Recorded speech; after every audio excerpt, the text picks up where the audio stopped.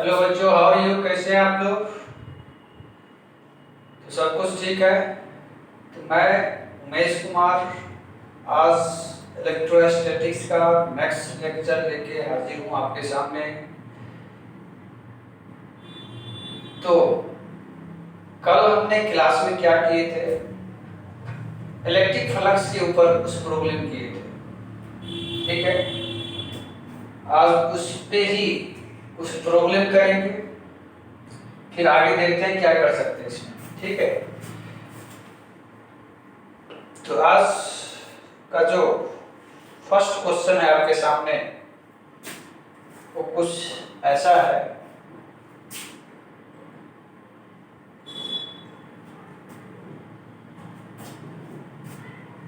Question पूरा क्या है? Find electric flux, find electric flux through the curved surface area, the curved surface area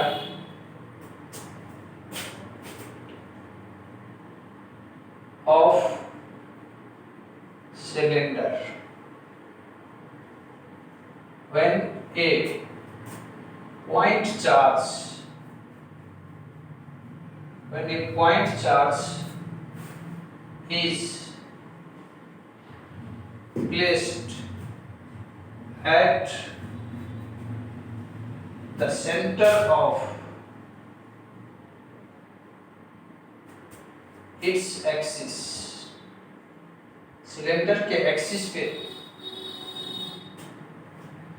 एक point charge रखा है सेंटर पे, उसी वजह से आपको इलेक्ट्रिक फील्ड फाइंड आउट करना है। ओके, सब कुछ ठीक है। आपको मैं ये देख रहा था कि ये जो हमने राइट किए कैच कर रहा है कि नहीं कैमरा, ठीक है, तो कैच कर रहा है। चलिए, ये है बच्चों आपके सामने आज का क्वेश्चन। देखो कैसे इसको हम डील करते हैं।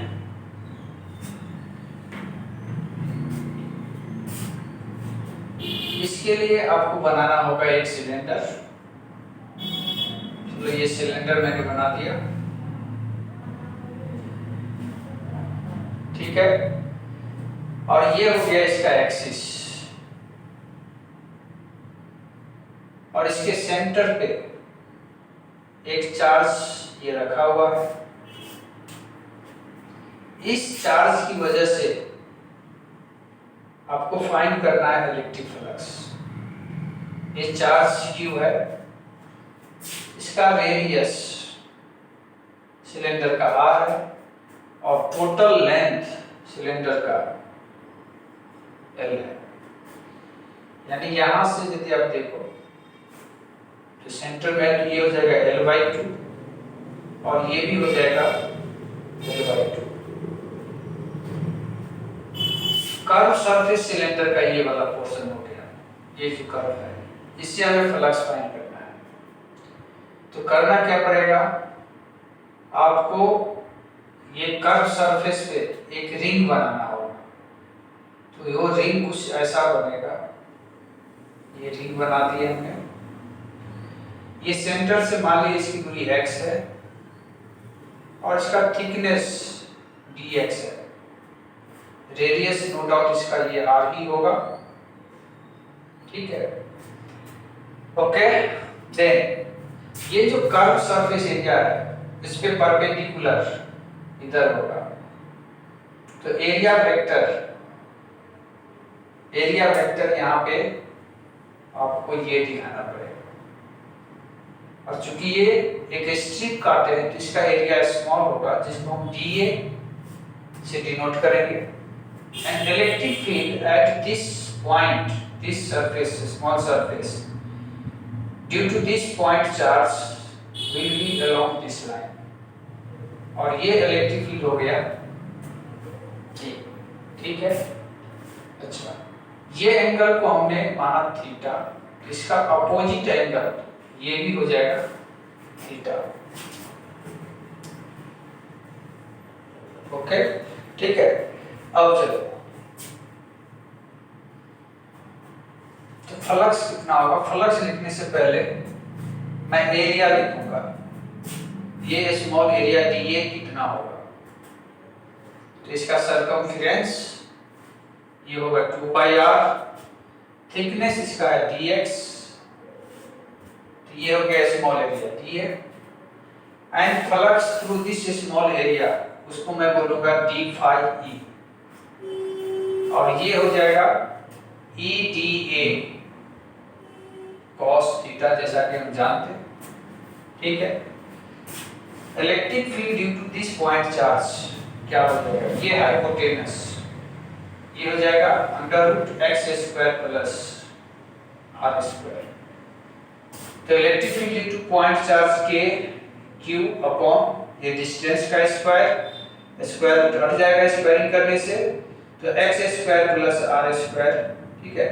This is the electric field at this point due to this point charge, and dA small area dA ये है 2 pi r dx, and cos theta को आप क्या ले सकते हो? ये राइट एंगल ट्रायंगल है, तो बेस बाय हाइपोटेनस, बेस होगा r, हाइपोटेनस होगा ये, तो cos थीटा का वैल्यू आप राइट कर सकते हो r upon under root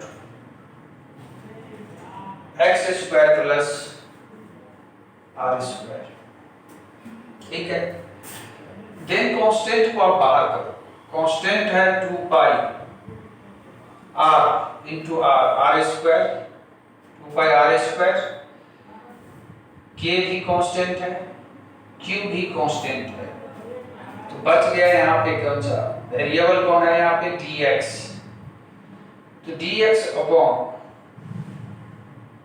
right कर सकते हैं x square plus r square to the power 3/2, ठीक है। Now integrate on both side, ये क्या हो गया? D phi e on integrating, ठीक है, ऑन बोथ साइड, दोनों साइड इंटीग्रेशन करने से क्या होगा? डी फाई ई का इंटीग्रेशन मिलेगा फाई ई, और राइट साइड में 2 पाई आर स्क्वायर के क्यूब, ये तो कांस्टेंट है, तो इंटीग्रेशन होगा dx upon x square plus r square to the power 3/2, और x का लिमिट आप क्या ले सकते हो? इधर माइनस l/2, तो इधर प्लस l/2, इस टाइप से माइनस l/2 से लेके प्लस l/2, ये इंटीग्रेशन का लिमिट होगा। अब इसमें कोई खास काम नहीं बचा है, सिर्फ आपको इंटीग्रेशन आना चाहिए, ठीक है। तो इंटीग्रेशन कैसे करोगे? देखो, जब भी x square plus r square का फॉर्म है, डिनोमिनेटर में बने और एक्स वेरिएबल है, आर कांस्टेंट है, तो ये इंटीग्रेशन करने के लिए आप पुट कर सकते हो x equal to r tan theta, okay. Then इसका डेरिवेटिव होगा dx, r constant, tan theta का derivative, this will sec square theta d theta, ये हो जाएगा, ठीक है। ये हो गया, ये इंटीग्रेशन करते लिमिट का हम देखेंगे बाद में, ठीक है। आप पहले ये इंटीग्रेशन करो, तो जल्दी से आप बच्चों नोट कीजिए इसको। हो गया, ये जगह मैं खाली कर सकता हूँ, आपने ये जगह का यूज कर लिया आपका, तो मेरे को अब यूज करने के लिए जगह नहीं है, इसलिए मैं इसको जा रहा हूँ इरेज करने। बाकी मैथमेटिकल कैलकुलेशन आपके सामने अभी करूंगा, ठीक है। तो चलते हैं इंटीग्रेशन पे बच्चों। फाइव ई थोड़ा इधर से मैं ले लेता हूं, यहां से फाइव ई क्या हो जाएगा? 2 पाई आर स्क्वायर के इंटू क्यू, इंटीग्रेशन dx की जगह आप पुट कर सकते हो r sec square theta d theta, no problem, ठीक है। Then x square x is r, तो r square tan square theta plus हो जाएगा r square to the power 3/2। r इसको भी बाहर कर देंगे, 2 pi r cube k cube ये बनेगा, ठीक है। इंटीग्रेशन ये हो गया sec square theta d theta. गौर से देखो r स्क्वायर कॉमन, स्क्वायर से ये 2, ये स्क्वायर 2 से कैंसिल, तो बचेगा फाइनली r क्यूब, ठीक है। बचेगा यहाँ पे 1 plus tan square theta, square इससे कैंसिल, बच जाएगा tan क्यूब थीटा। अब ये r स्क्वायर कांस्टेंट के बाहर होकर कैंसिल हो जाएगा, तो sorry 1 plus tan square theta होगा यहाँ पे सेक स्क्वायर यानी सेक क्यूब थीटा होगा, स्क्वायर से ये कैंसिल, एक सेक थीटा बच जाएगा, तो बच गया यहाँ पे 2 pi k cube integration 1 by sec theta is cos theta d theta, ठीक है। And 2 pi k cube cos theta का इंटीग्रेशन हो जाएगा sin theta, ठीक है।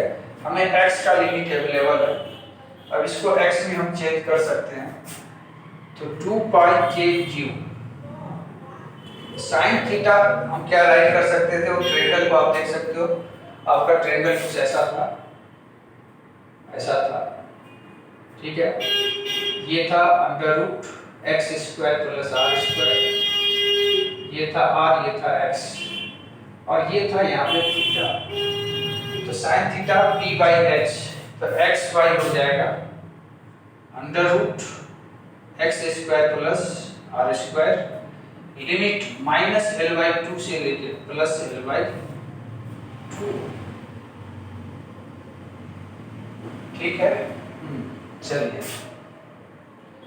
ये क्या हो जाएगा 2 पाई k क्यूब, ठीक है। अपर लिमिट पुट करेंगे तो ऊपर में l/2 upon under root l/2 का स्क्वायर यानी l स्क्वायर बाई 4 प्लस हो जाएगा r square, minus lower limit तो -l/2 minus minus plus l/2, फिर से हो जाएगा अंडर रूट हो जाएगा l square by 4 plus r square,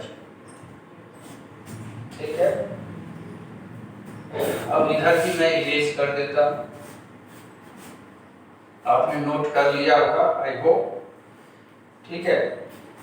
तो ये ऐड हो जाएगा तो 2 टाइम्स हो जाएगा, तो 2 पाई k क्यूब ये हो जाएगा हमारा 2 times l/2 upon under root l square by 4 plus r square, 2 से 2 ये कैंसल आउट हो गया, ठीक है। तो इलेक्ट्रिक फ्लक्स हमारा आ रहा है यहाँ पे 2 pi k cube l upon under root l square by 4 plus r square, ये electric flux through the curve surface area हमें मिल रहा है, ठीक है। यहाँ पे रिजल्ट छोड़ सकते हैं या ज्यादा से ज्यादा हम क्या कर सकते हैं 2 pi k cube l LCM ले सकते हैं, तो ये हो जाएगा l square plus 4r square upon 4 का स्क्वायर रूट ऊपर जाएगा, तो ये इलेक्ट्रिक फ्लक्स हो जाएगा 4 pi k cube l upon under root l square plus 4r square. तो यहाँ पे रिजल्ट छोड़ सकते हैं या ज्यादा से ज्यादा और क्या कर सकते हैं, k का वैल्यू डाल सकते हैं, तो 4 पाई नीचे में हो जाएगा 4 pi epsilon naught cube l upon under root l square plus 4r square, 4 pi is cancel, so net electric flux हो जाएगा QL by epsilon naught under root l square plus 4r square, ठीक है। This is the result this is the result. ये हो गया इसका final answer. ठीक है, तो ये था बच्चों आपको फ्लक्स की कहानी। हमने डिफरेंट रोलिंग किए फ्लक्स के ऊपर। ठीक है, अब कुछ नई बात हम करेंगे। नई बात है कि हम अब एरिया बनाना चाह रहे हैं गॉस लॉ का। तो गॉस लॉ पे जाने से पहले आप थोड़ा सा सॉलिड एंगल की जानकारी ले लेंगे तो बहुत बेहतर होगा। गॉस लॉ को समझने में आसानी होगी। ठीक है, तो चलिए हम बात करने जा रहे हैं। अगला टॉपिक है हमारा सॉलिड एंगल। सॉलिड एंगल के ऊपर हम बात करेंगे। ठीक है, solid angle. Solid angle, angle basically यहाँ पे दो टाइप का होता है। One is plane angle and other is solid angle. तो पहले हम बात करने जा रहे हैं प्लेन एंगल का। एक प्लेन में दो लाइन के बीच में जो भी एंगल बनेगा वो हो जाएगा प्लेन एंगल। या ये बोलो आपके हाथ के दो फिंगर के बीच में जो एंगल बन रहा है वो होता है प्लेन एंगल। ठीक है, लाइक दिस। एक प्लेन में दोनों लाइन है, यहाँ पे जो एंगल बनेगा ये अल्फा कहलाएगा प्लेन एंगल। ये इसका आर्क लेंथ कहलाएगा। तो चाहे ये आर्क लेंथ ले लो, चाहे ये आर्क लेंथ ले लो, या इसमें 13 मेरा कोई भी आप ले लो। ये रेडियस यदि r है, ठीक है, तो प्लेन एंगल क्या होगा? प्लेन एंगल जिसको हम अल्फा से डिनोट करते हैं, ये होता है arc length upon radius. Arc length upon radius.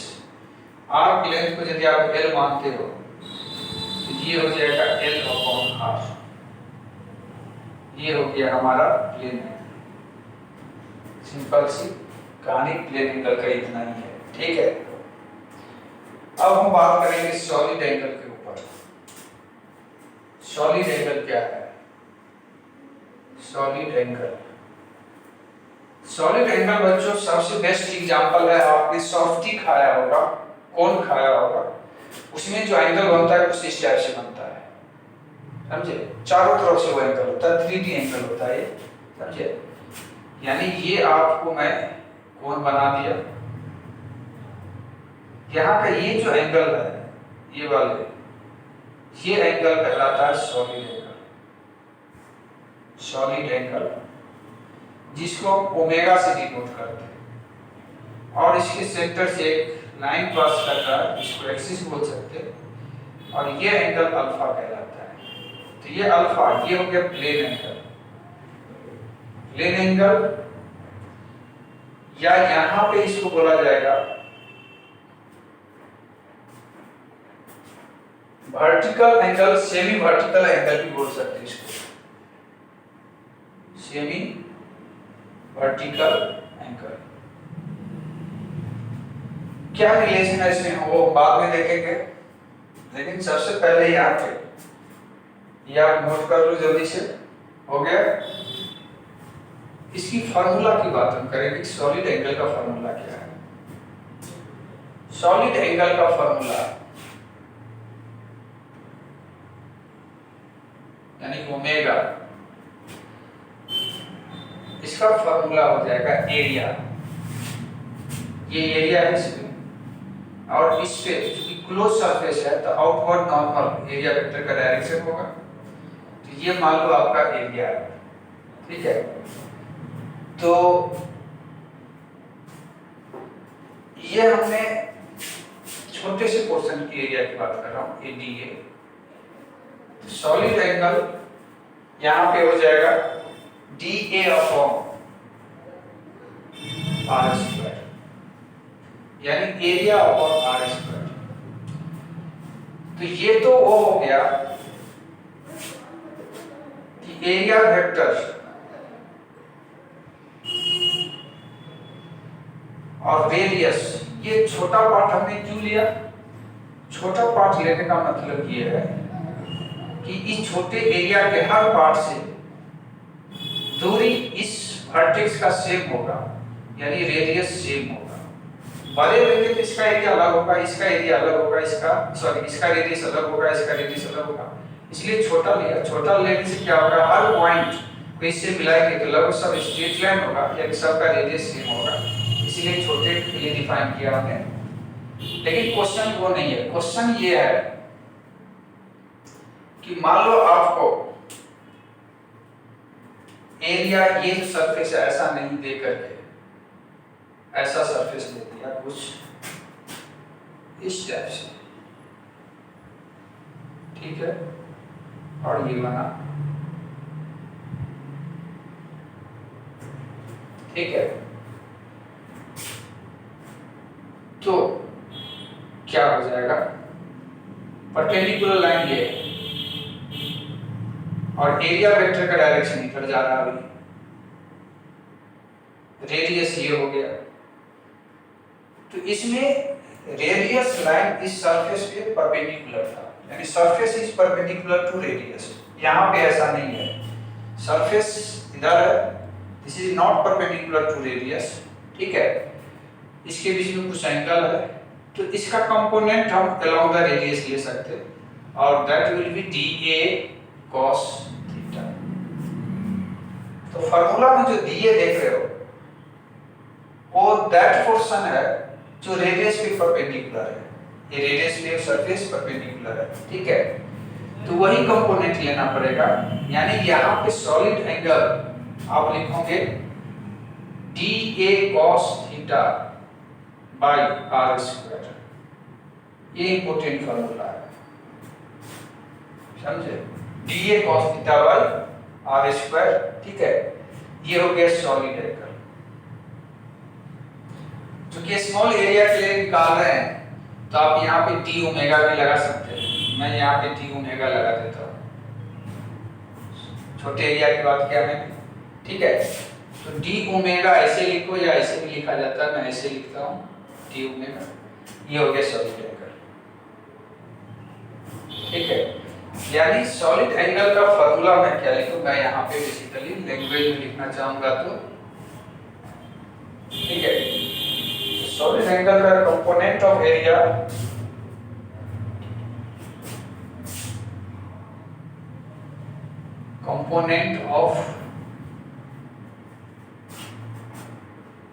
Area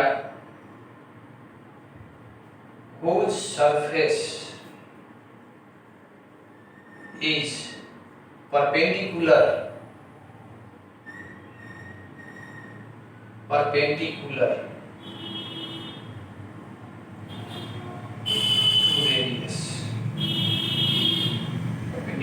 radius upon radius का स्क्वायर, ये आप लिखा करो, ठीक है, तो d ओमेगा का फार्मूला हम लिखा करेंगे dA perpendicular by radius r है तो r स्क्वायर, और कुछ एंगल यदि बना रहा है एरिया तो dA परपेंडिकुलर हो जाएगा आपका dA cos theta by r square, ये हो गया सॉलिड एंगल, ठीक है, तो ये हमने सॉलिड एंगल की बात की। अब हम प्रॉब्लम कुछ करते हैं इसमें, जैसा कि पहला क्वेश्चन हमने लिया, हेमीस्फीयर की बात करता हूं मैं। हेमीस्फीयर कुछ ऐसा होता है, इसका ये सेंटर है, दिस इज हेमीस्फीयर।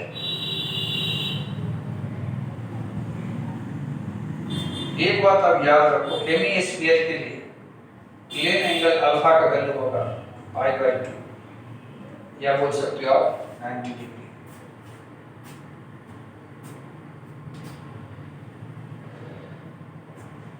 ठीक है, तो यहां पे हम फॉर्मूला क्या लिखेंगे, solid angle area perpendicular by radius, radius इसका r है, रेडियस का स्क्वायर, और इसमें कहीं भी रेडियस डालो, सरफेस उसके परपेंडिकुलर होगा।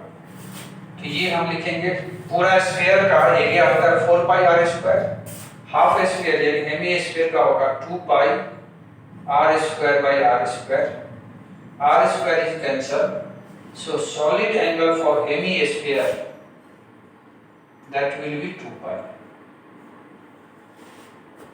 ओके, तो ये हो गया हेमिस्फीयर के लिए। ठीक है, यदि आप निकालना चाहो स्फीयर का कितना होता है, तो फॉर स्फीयर के केस में क्या होगा, ये स्फीयर रेडियस आर है, एरिया वेक्टर भी इधर ही है, रेडियस के परपेंडिकुलर सरफेस। ठीक है, तो यहाँ पे सॉलिड एंगल लिखा जाएगा फिर से एरिया बाई आर स्क्वायर। ठीक है, तो एरिया परपेंडिकुलर, एरिया हो जाएगा 4 pi r square, 4 pi r square by r square, r square is cancel, ये हो गया 4 पाई। तो स्फीयर के केस में सॉलिड एंगल होगा आपका 4 पाई। ठीक है, 4 पाई स्फीयर का सॉलिड, हेमिस्फीयर का 2 पाई और स्फीयर का 4 पाई। ठीक है, चलिए नोट कीजिए जल्दी से। अब हम देखने जा रहे हैं relation between plane angle and solid angle.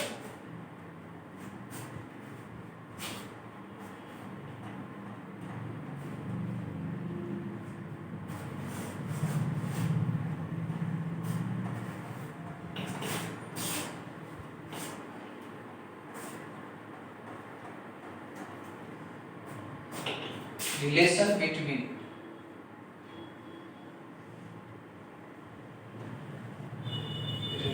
between plane angle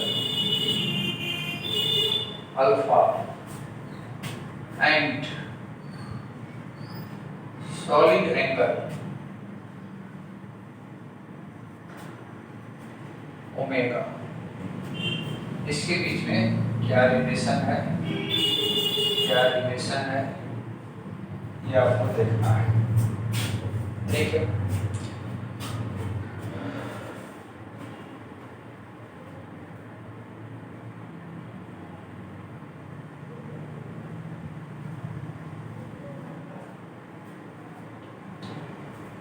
तो इसके लिए हमने एक स्फीयर एज्यूम किया, स्फीयर ये सेंटर है, इसका ये सेक्शन की बात कर रहा हूं, ये सेंटर है, ये रेडियस आर है। ठीक है, अब इसमें एक प्लेन कट लिया, ये वाला। ठीक है, यहाँ पे जो एंगल ये बन रहा है ये है प्लेन एंगल अल्फा, और ये पूरा एंगल ये हो जाएगा इसका सॉलिड एंगल। ठीक है, छोटा सा पोर्शन लिया हूं तो इसको मैं बोलूंगा डी ओमेगा। ठीक है, इस सेक्शन को आप अलग कर लो, तो इस सेक्शन को मैंने अलग किया, ये सेंटर है,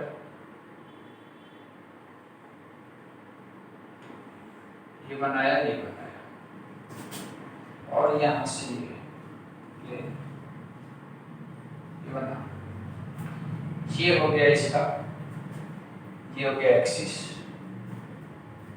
अब ये प्लेन वेरी कर रहा है, यहाँ पे लेंगे तो छोटा बनेगा, यहाँ लेंगे और बड़ा बनेगा, यानी वेरिएबल है ये। ठीक है, तो यहाँ से आप क्या करेंगे कि ये दो एक रिंग बनाने की कोशिश करें, ये वाले। ठीक है, अब ये हमने लिया एंगल थीटा पे, थीटा में थोड़ा सा इंक्रीमेंट हुआ, ये बन गया डी थीटा, यानी ये रेडियस, ये लेंथ, ये डीएल, ये हो जाएगा आर डी टी।